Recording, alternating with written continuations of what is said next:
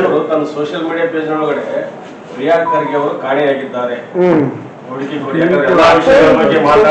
ಒಂದನೇದು I am not answerable to BJP.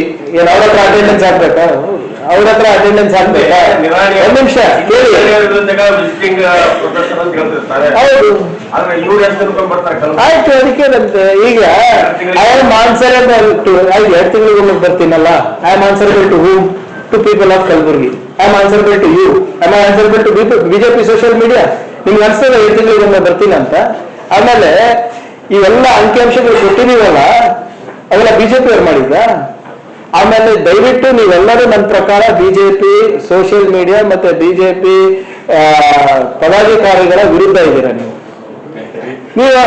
ಅವ್ರಿಗೆ ಮುಂಬತ್ತಿ ಸಿಗೋದು ನನ್ನ ಹೆಸರು ಹೇಳೋದ್ರಿಂದ, ಅವ್ರಿಗೆ ಪ್ರಮೋಷನ್ ಸಿಗೋದು ನನ್ನ ಹೆಸರು ಹೇಳೋದ್ರಿಂದ, ಅವ್ರಿಗೆ ಪ್ರಮೋಷನ್ ಸಿಗೋದು ನನ್ನ ಹೆಸರು ಜಪಿಸೋದ್ರಿಂದ. ಈಗ ನೀವು ಹಿಂಗ್ ಪದೇ ಕೇಳಿದ್ರೆ ಅಲ್ಲಿ ಅವ್ರಿಗೆ ತರಾಟೆ ತಗೊಳ್ಳಲ್ಲ. ಅವರಿಗೆ ಯಾಕಪ್ಪ ಸುಳ್ಳು ಮಾಹಿತಿ ಕೊಡ್ತೀಯಾ? ಯಾಕಪ್ಪ ಈಗ ನಾನು ಹೇಳಿಲ್ಲ, ಅವ್ರ ಅಧ್ಯಕ್ಷರ ಫೋಟೋ ಬಿಡುಗಡೆ ಮಾಡಲ್ಲ. ನಾನು ಧನ್ಯವಾದ ಹೇಳ್ತಾ ಇರೋದು. ಸೆಪ್ಟೆಂಬರ್ 17 ನೀವು ರೀಟ್ವೀಟ್ ಮಾಡ್ಬೋದಲ್ಲ ಅವ್ರ ಅಕೌಂಟ್ಗೆ. ಸರ್, ನನ್ನ ಕೆಲಸ ಇದೆ, ಕೆಲಸ ಇದೆ ನನ್ನ ಕುಲಕರ್ಣಿ ಅವರೇ. ಅವರು ಬೇಕಾಗಿದ್ದಾರೆ.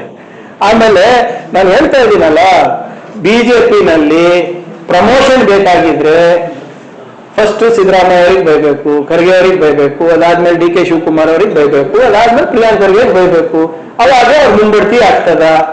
ಎಲ್ಲ ನೋಡುತ್ತಾರೆ ಅಲ್ಲಿ ಸದನದಲ್ಲಿ. ನಿಮ್ಗೆ ಗೊತ್ತಿಲ್ಲ, ಅಲ್ಲಿ ನೀವು ಕೊಡ್ತಿರಲ್ಲ ಪ್ರೆಸ್ ಇದರಲ್ಲಿ.